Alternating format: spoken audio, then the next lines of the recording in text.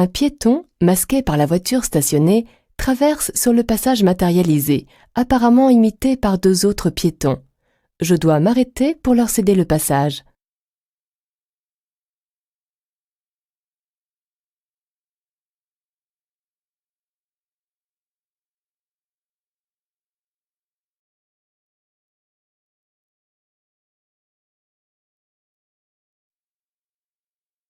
Fermer les aérateurs centraux augmente le débit d'air dans les autres aérateurs.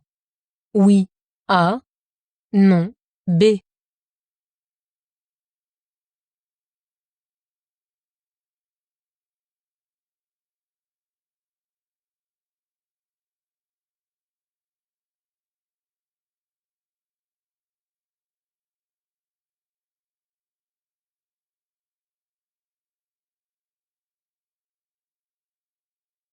L'air qui est bloqué à un endroit ressortira plus fortement ailleurs.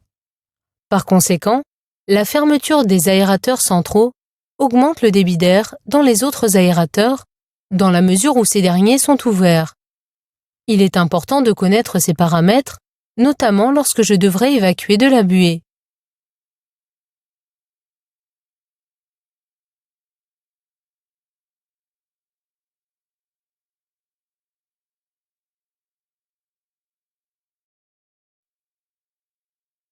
Je tourne à droite.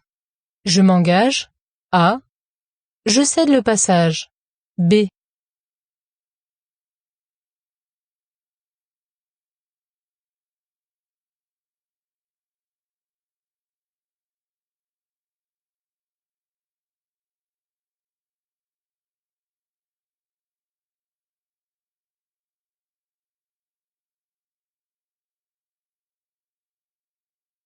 Le feu jaune clignote. J'applique donc les règles habituelles de priorité, comme lorsqu'il n'y a pas de feu. En l'absence de panneau sur le feu, je respecte la règle de la priorité à droite. Comme je tourne à droite, je ne croise pas la trajectoire de la camionnette rouge qui vient de droite, ni ne coupe la route de la voiture blanche. Je m'engage, tout en m'assurant qu'aucun piéton ne traverse la chaussée transversale.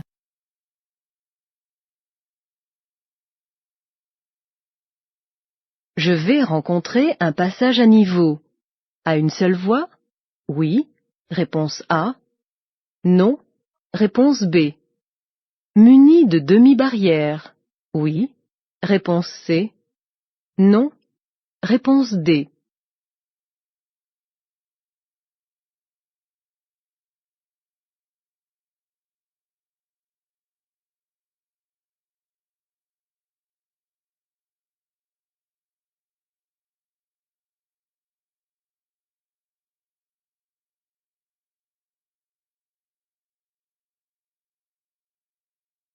Ces panneaux vous annoncent un passage à niveau à une seule voie, sans barrière ni demi-barrière.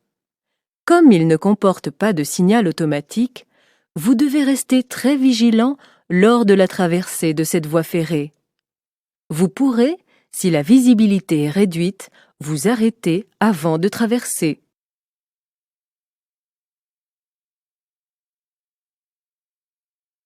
Je peux m'arrêter pour prendre ces autostoppeuses. Avant le massif fleuri?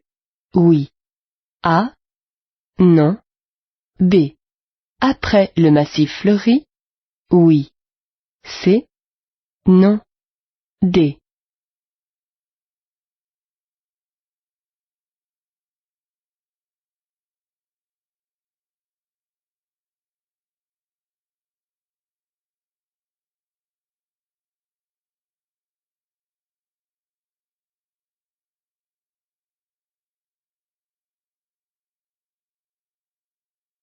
Avant le massif fleuri, la ligne de rive discontinue délimite un accotement sur lequel le stationnement et l'arrêt sont autorisés. Après ce massif, la ligne continue interdit de stationner et de s'arrêter sur ce même accotement. Pour prendre les autostoppeuses, je peux par conséquent m'arrêter avant les fleurs, mais pas après.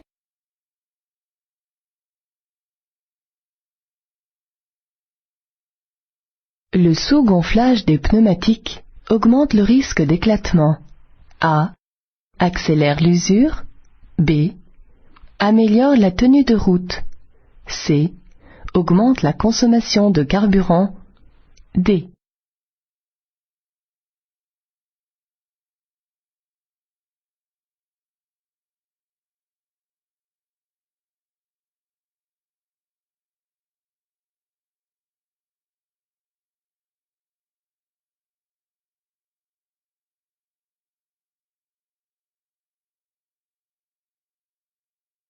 Le sous-gonflage des pneumatiques augmente considérablement le risque d'éclatement, surtout à vitesse élevée, car il entraîne un échauffement important de la carcasse interne.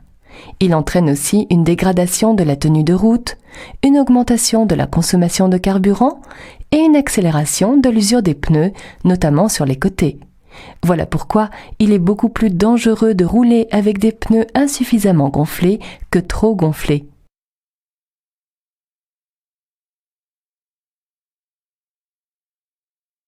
Mon véhicule tombe en panne. J'allume les feux de détresse. Oui. A. Non. B. J'enfile mon gilet de sécurité. Oui. C. Non. D.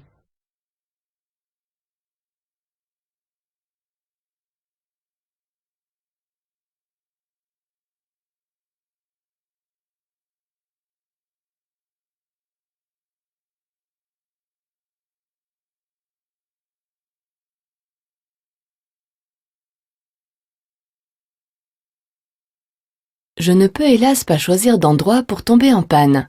Ici, la situation est délicate car je suis proche de la sortie d'un virage et la configuration des lieux ne me permet pas de dégager complètement la chaussée. J'allume immédiatement les feux de détresse pour avertir de l'incident les usagers qui pourraient arriver derrière. Je mets mon gilet de sécurité pour être mieux vu et place le triangle de présignalisation.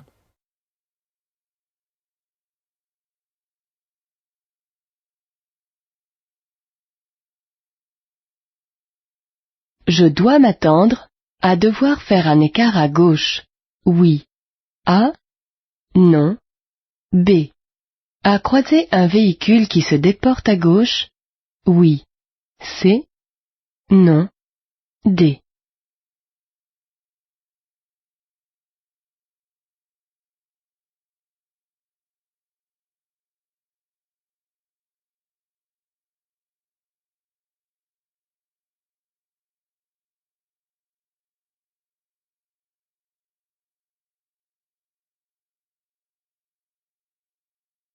Ce panneau annonce un risque de chute de pierres, mais également de présence de pierres tombées sur la chaussée. Je pourrais donc faire un écart sur la gauche pour éviter de rouler sur des pierres. Comme ces pierres tombées peuvent aussi occuper la voie de gauche, je dois aussi m'attendre à croiser un véhicule qui se déporte à gauche. Je dois ralentir et redoubler de vigilance, surtout en période de dégel, de vent violent ou de forte pluie.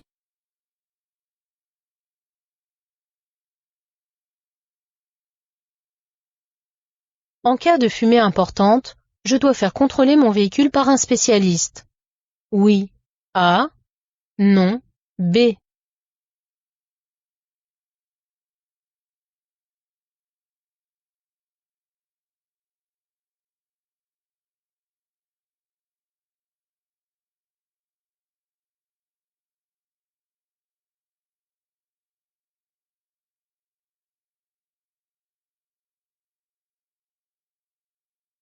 Une grosse fumée pollue non seulement l'atmosphère, mais peut avoir des causes diverses qu'il convient d'identifier. Le conducteur d'un véhicule qui émet une fumée excessive risque une amende et l'immobilisation du véhicule. Au contrôle technique, cette anomalie entraîne l'obligation d'une contre-visite. Si mon véhicule émet une fumée importante, je dois le faire contrôler par un spécialiste.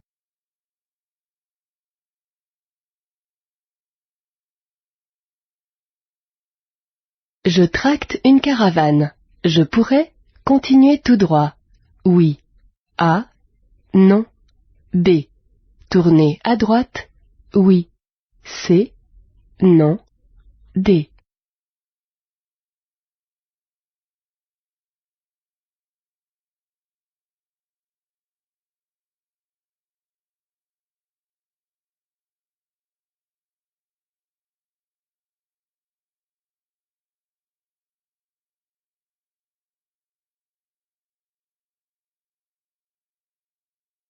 Aucune signalisation n'interdit de continuer tout droit. Le panonceau précise que l'interdiction de tourner à droite à la prochaine intersection concerne uniquement les véhicules de transport de marchandises, camions, camionnettes. Avec ma voiture, qui tracte une caravane, je pourrais donc aussi bien continuer tout droit que tourner à droite.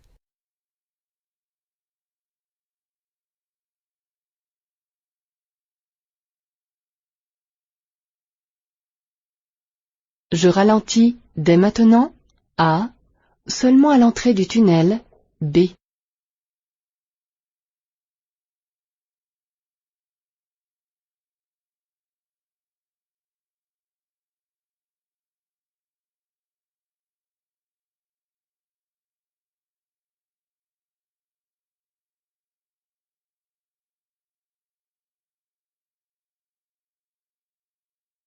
Pour ralentir, je n'attends pas l'entrée du tunnel, a fortiori lorsque ce dernier est situé dans un virage. Je ralentis dès maintenant pour y pénétrer à une allure adaptée. En effet, lors des premières secondes, l'effet trou noir dû au contraste de luminosité avec la lumière du jour peut entraîner une petite baisse de la vision. Ce phénomène pourrait m'empêcher de voir un usager ou un obstacle malgré l'allumage des feux.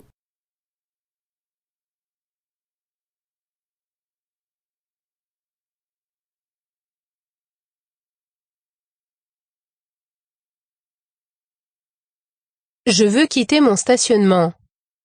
Je m'engage immédiatement. Oui. A. Non. B. J'allume le clignotant. Oui. C. Non. D.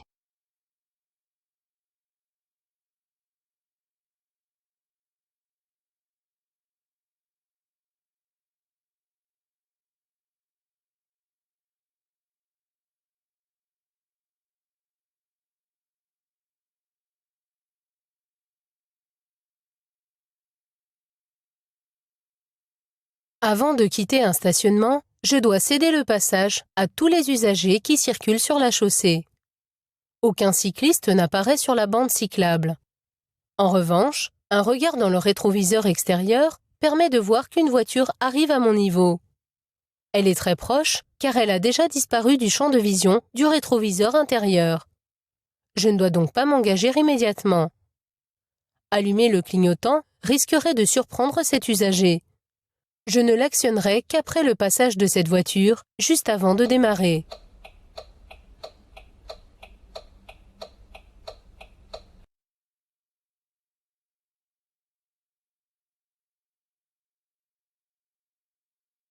Je reste en feu de route, A. Je repasse en feu de croisement, B.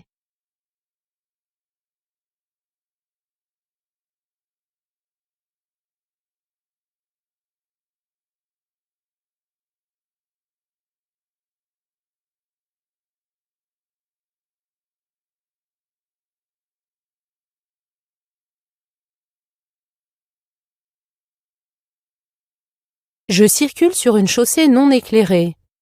Je ne croise ni ne suis personne. Je ne risque donc pas d'éblouir un autre usager. Dans ce cas, je dois rester en feu de route. Je vois ainsi beaucoup plus loin et mieux que si je repassais en feu de croisement.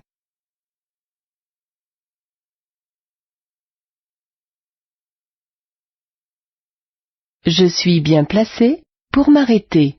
Oui. A. Non. B.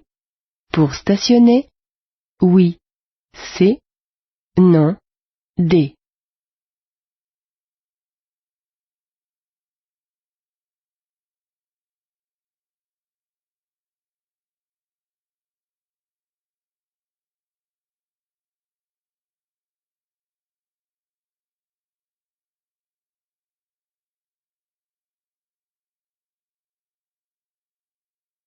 Le stationnement comme l'arrêt à proximité d'un passage à niveau sont interdits car dangereux. Immobilisé ainsi, je masque aux autres usagers la visibilité sur la voie ferrée et les barrières. Si le feu rouge clignotant se mettait à fonctionner, un conducteur pourrait également ne pas le voir. Je ne suis donc pas bien placé ni pour stationner, ni pour m'arrêter. Ainsi, je risque une suspension du permis de conduire.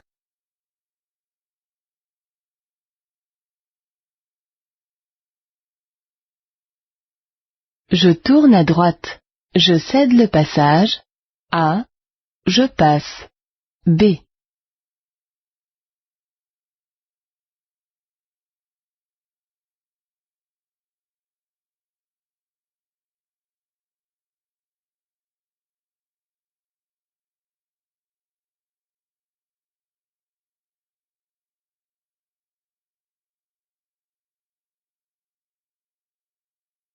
Je rencontre une signalisation « Cédez le passage ». Une voiture arrive en face. La ligne occupant toute la largeur de la chaussée m'indique que je suis dans une rue à sens unique. Cette voiture devra donc tourner à sa gauche et croiser ma trajectoire. Que j'aille tout droit ou à droite, je dois la laisser passer.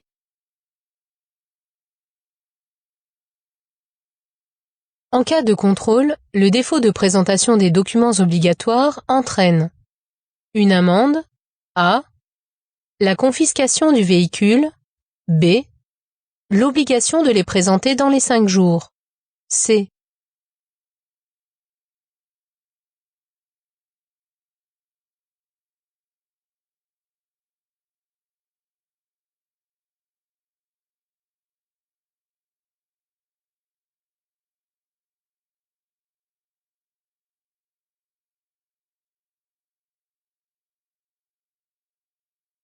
Le défaut de présentation des documents est sanctionné par une amende forfaitaire de 11 € par document manquant s'il s'agit du permis ou de la carte grise et de 35 € par document manquant s'il s'agit de l'attestation ou du certificat d'assurance. En outre, le conducteur sera invité à présenter ses documents dans les 5 jours. La confiscation du véhicule n'est pas prévue pour cette infraction.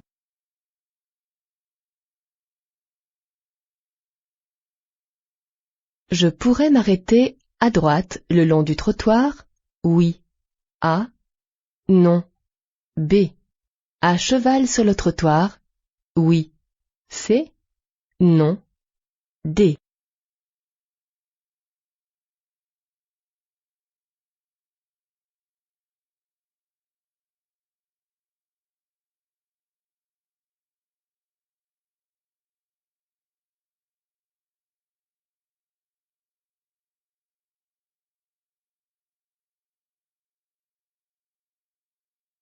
La large ligne discontinue à traits resserrés délimite une bande cyclable. Sur cette voie réservée aux cyclistes, la circulation, le stationnement et l'arrêt des autres véhicules sont interdits. Il en est de même sur un trottoir, sauf signalisation contraire. Je ne pourrai donc pas m'arrêter le long du trottoir, ni le chevaucher. Le camion que j'aperçois plus loin est en infraction.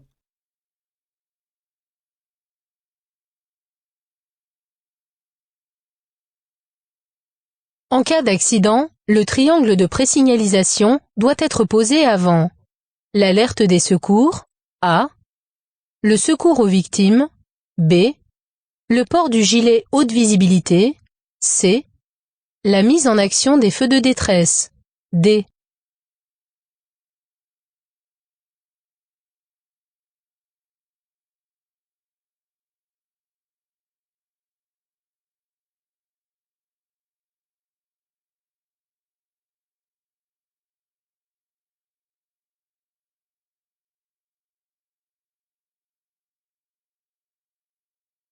Suite à un accident, la priorité est de protéger les lieux pour éviter un autre accident qui aggraverait les conséquences du précédent. Je dois donc poser le triangle de présignalisation avant d'alerter les secours et de porter secours aux victimes. En revanche, j'actionne les feux de détresse avant de m'arrêter et j'enfile le gilet de sécurité avant de sortir du véhicule.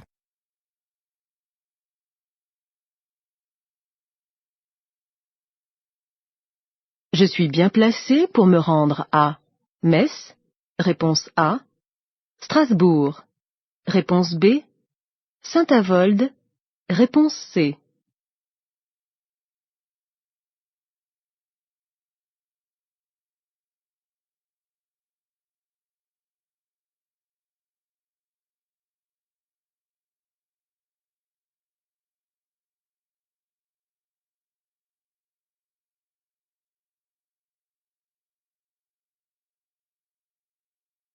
Les flèches des panneaux de direction matérialisent les voies qui desservent les différentes villes. Pour aller à Metz, vous auriez dû vous placer sur la voie de gauche et, pour prendre la direction de Saint-Avold, il aurait fallu emprunter indifféremment la voie de droite ou de gauche. Ici, vous êtes sur la voie centrale qui permet seulement d'aller à Strasbourg.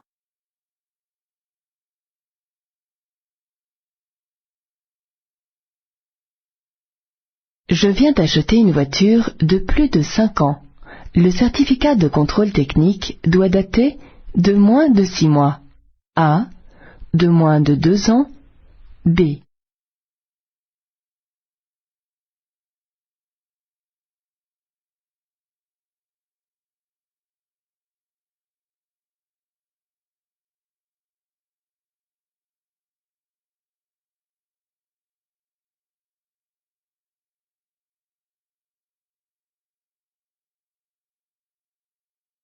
Avant d'acheter une voiture dont la première mise en circulation date de 4 ans ou plus, je consulte la carte grise pour m'assurer qu'un contrôle technique a bien été effectué moins de 6 mois avant la vente. Si ce n'est pas le cas, le vendeur doit lui-même présenter à ses frais le véhicule au contrôle avant la transaction.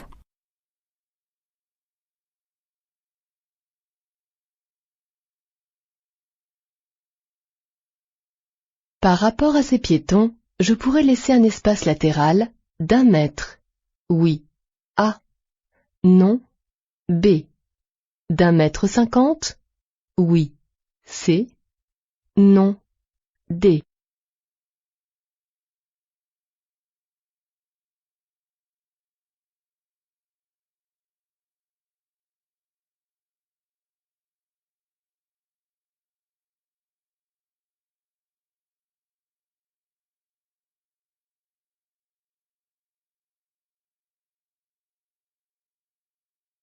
Marchant en rase campagne, ces piétons sont du bon côté, c'est-à-dire près du bord gauche. Les piétons sont des usagers très vulnérables car ils sont directement exposés en cas de choc et ne sont pas toujours attentifs. La situation est plus dangereuse pour eux hors agglomération parce que les vitesses y sont beaucoup plus élevées. Pour dépasser ces piétons, je dois laisser au minimum une distance latérale d'1,50 m.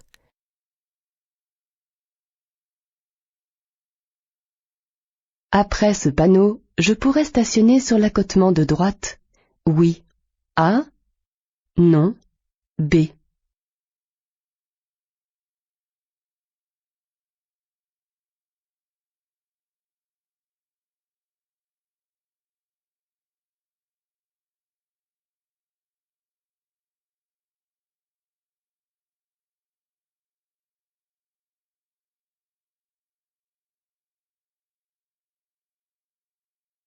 Le panneau bleu m'informe que je quitte une autoroute. Les lignes jaunes temporaires ont la même signification que le marquage blanc permanent. La ligne discontinue de droite, comportant de longs traits peu espacés, délimite la bande d'arrêt d'urgence qui se prolonge au-delà de l'autoroute. Le stationnement et l'arrêt y sont interdits, sauf en cas de nécessité absolue, panne, accident, crevaison, malaise. Après ce panneau, je ne pourrai donc pas stationner sur l'accotement de droite.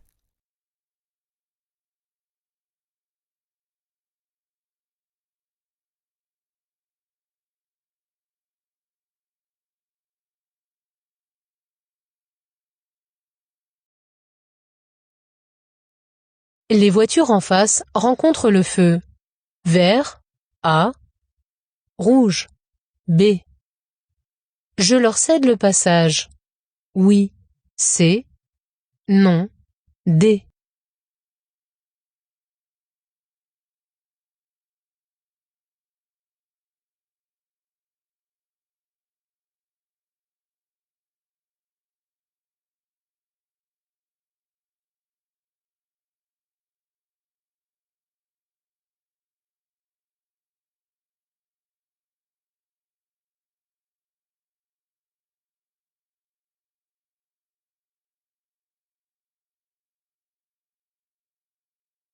J'ai rencontré un feu vert directionnel à gauche.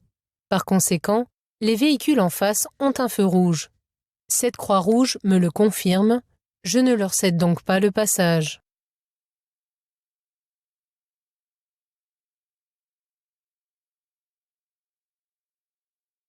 Ce signal annonce une voie sans issue. A. Une zone de stationnement. B. Une voie de stockage. C. Une voie de détresse. D.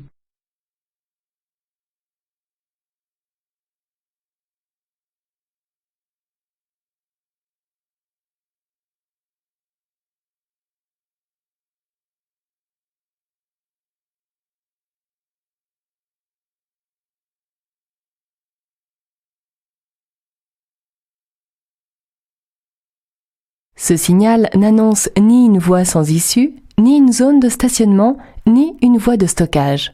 Il s'agit ici d'une voie de détresse, c'est-à-dire une voie réservée aux véhicules privés de freinage. Elle est marquée de damiers blancs et rouges et elle est prolongée par un bac à sable qui permet de ralentir et d'arrêter le véhicule par enlisement. Le stationnement et l'arrêt y sont interdits.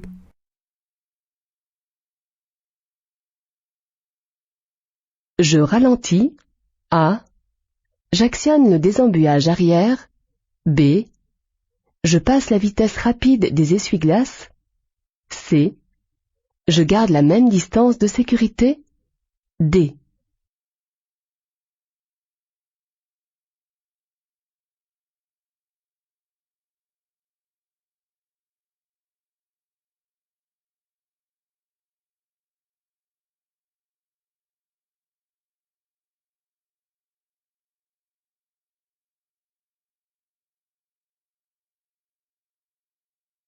La voiture devant moi envoie d'importantes projections d'eau sur le pare-brise. Je ralentis pour m'en éloigner. En effet, je la suis de beaucoup trop près et, en plus du risque de collision, je suis directement exposé aux projections d'eau sale qui seront moins importantes si j'augmente ma distance de sécurité. J'actionne les essuie-glaces avant à la vitesse la plus rapide. La buée sur la vitre arrière m'empêchant de bien voir, je fais donc fonctionner le désembuage de cette vitre en complément de l'essuie-glace arrière.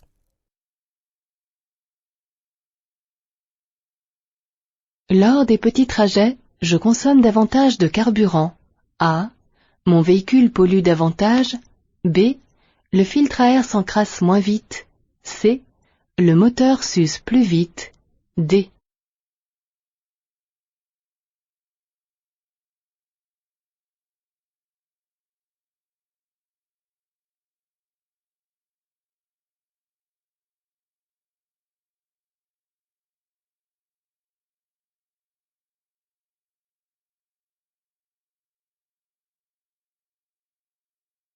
Un moteur froid consomme plus, pollue plus et s'use plus rapidement. Lors des petits trajets, je consomme en moyenne beaucoup plus de carburant que sur les longs parcours. Pendant le premier kilomètre, la surconsommation est d'environ 50%. Mon véhicule pollue davantage, l'encrassement du filtre à air est plus rapide et le moteur s'use plus vite. Pour les courtes distances, je choisis si possible la marche à pied, le vélo ou les transports en commun.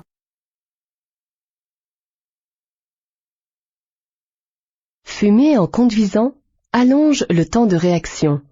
Oui. A. Non. B. Diminue les capacités visuelles de nuit. Oui. C. Non. D.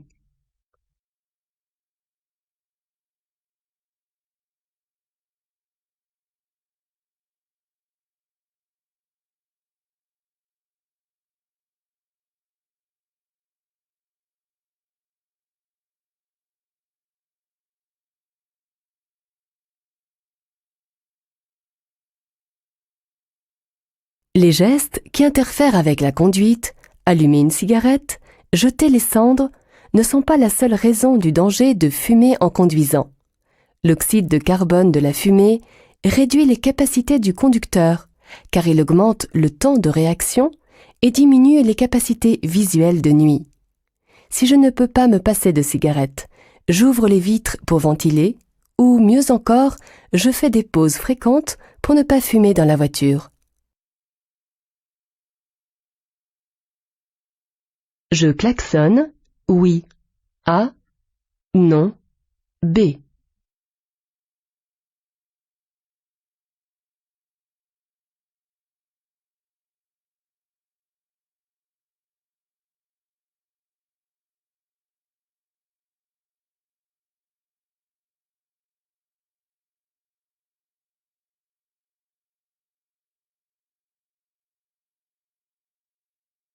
La fumée qui émane du pot d'échappement de la deuxième voiture et son feu de marche arrière indiquent qu'elle recule.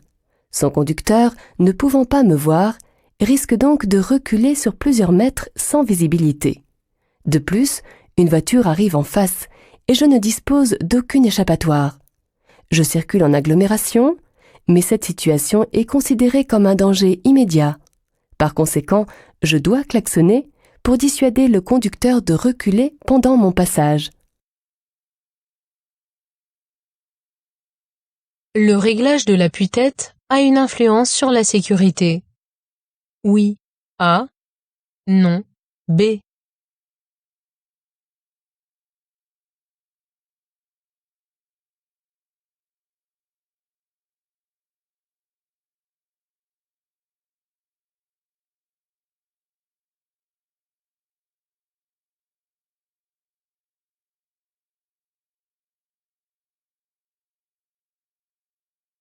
Il est essentiel que l'appui-tête soit bien réglé. Ce dernier permet de protéger la nuque en l'empêchant de repartir en arrière, évitant ainsi le coup du lapin. Ce réglage de l'appui-tête a donc assurément une influence sur la sécurité.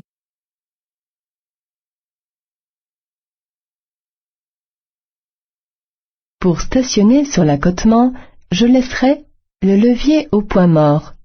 A. Les roues droites. B. Les roues braquées à droite. C. Les roues braquées à gauche. D.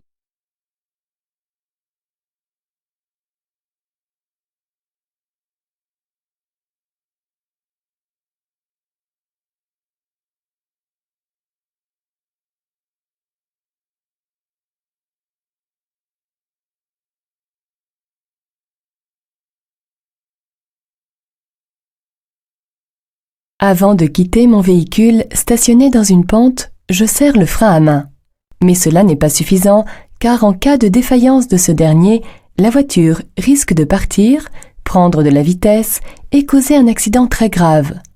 Je ne laisserai pas le levier au point mort, mais j'enclencherai une vitesse, de préférence la première, afin de bloquer la voiture.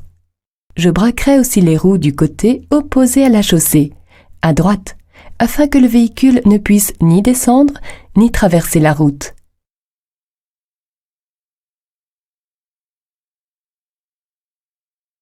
Je passe. Oui. Réponse A. Non. Réponse B.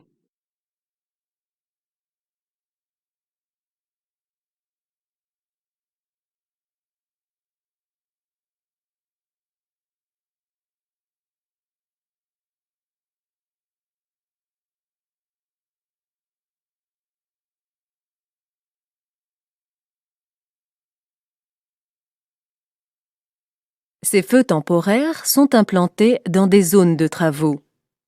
Le feu jaune clignotant, placé en bas, signifie que vous pouvez passer, mais avec prudence. Dans cette situation, un camion-citerne se trouve sur l'unique voie de circulation. Vous devez donc attendre avant de vous engager.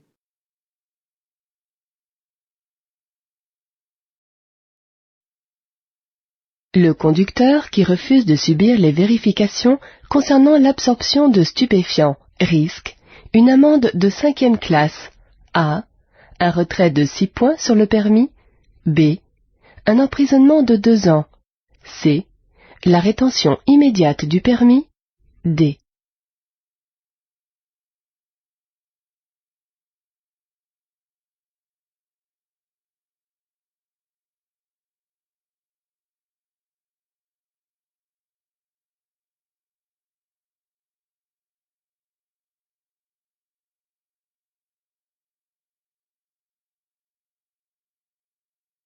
Le refus de subir les vérifications concernant l'absorption de stupéfiants ne constitue pas une contravention de 5e classe, mais un délit. Le conducteur fautif risque un retrait systématique de 6 points, un emprisonnement pouvant atteindre 2 ans et la rétention immédiate du permis de conduire. Je circule. En feu diurne, A. En feu de brouillard avant, B. En feu de croisement, C. En feu de route, D.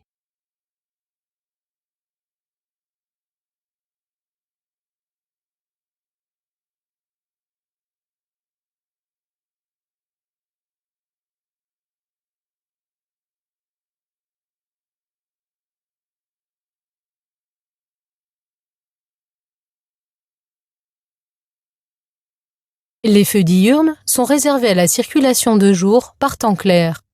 Ici, je n'allume pas les feux de route car le tunnel est bien éclairé.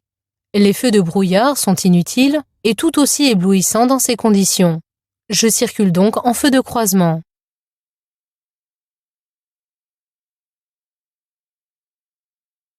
À cet endroit, je peux m'arrêter?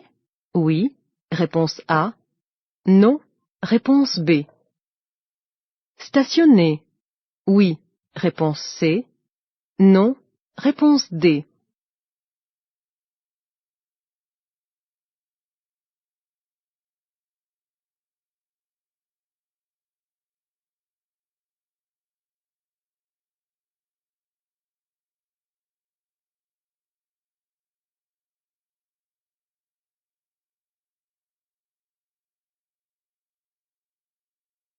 Vous êtes devant une voie de chemin de fer et un train peut y circuler.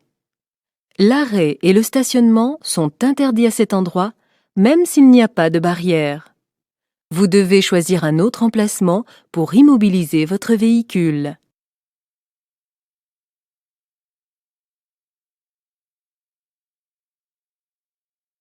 Le dépassement de cette voiture est autorisé, A. Interdit, B. Dangereux, C.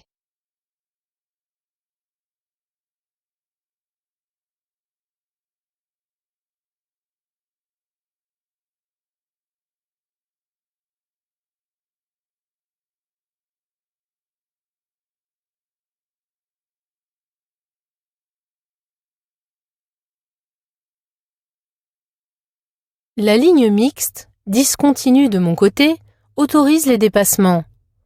Le camion qui s'apprête à quitter le parking doit auparavant céder le passage à tous les usagers.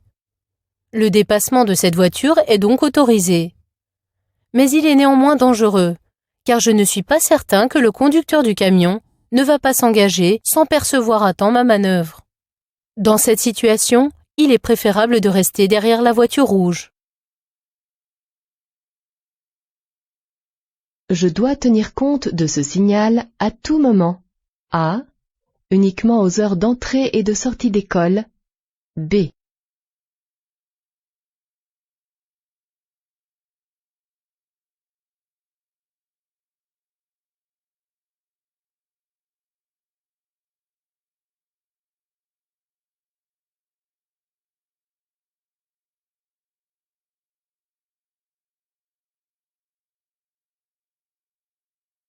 Ce signal annonce un endroit fréquenté par des enfants. Il peut s'agir d'une école, mais aussi d'un terrain de jeu, d'une colonie de vacances ou de tout autre lieu fréquenté habituellement par des enfants. Je dois tenir compte de ce panneau et donc ralentir quel que soit le mois, le jour ou l'heure. Je tourne à droite. Je passe. A. Je cède le passage. B.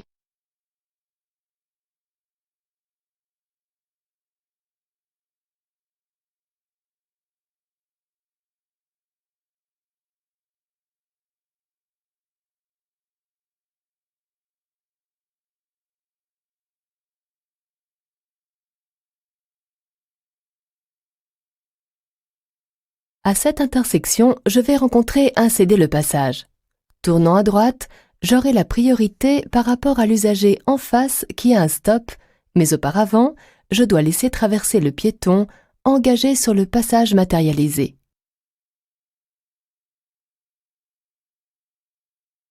Sous ce tunnel, je devrais circuler en feu de route. A. Rouler à 70 km/h maximum. B. Laisser un intervalle de sécurité de 70 mètres minimum. C.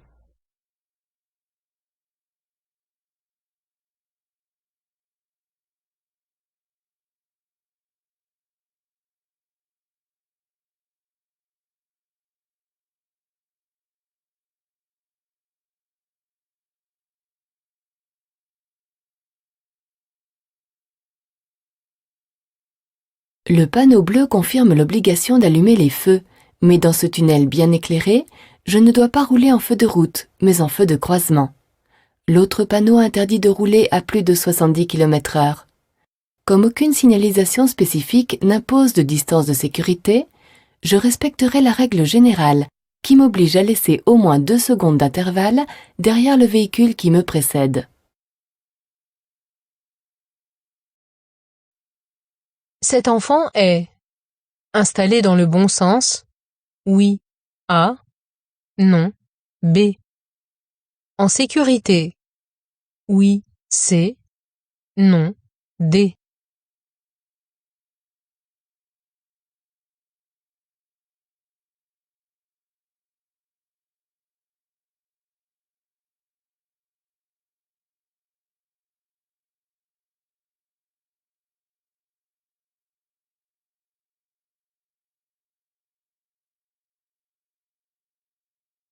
Ce petit enfant est installé à l'arrière sur un siège dos à la route. Cette position est obligatoire jusqu'à 15 mois sur les nouveaux sièges de norme e-size.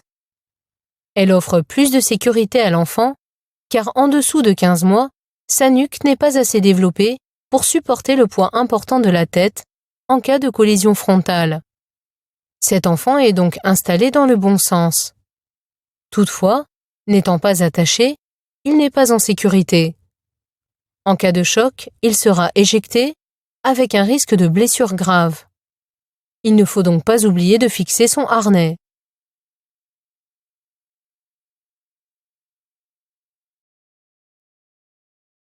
Je dois respecter la distance de sécurité matérialisée par les diodes bleues si je roule à 70 km/h.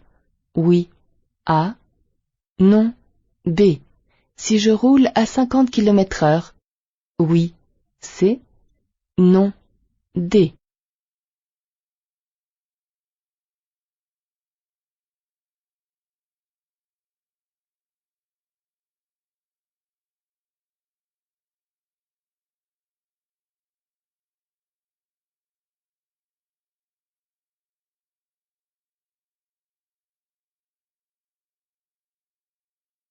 Dans les tunnels, quand une distance de sécurité est imposée, je dois la respecter à l'arrêt comme en circulation, quelle que soit la vitesse à laquelle je roule. Si je suis un véhicule, je devrais donc laisser derrière lui un intervalle d'au moins 2 diodes bleues à 50 comme à 70 km/h.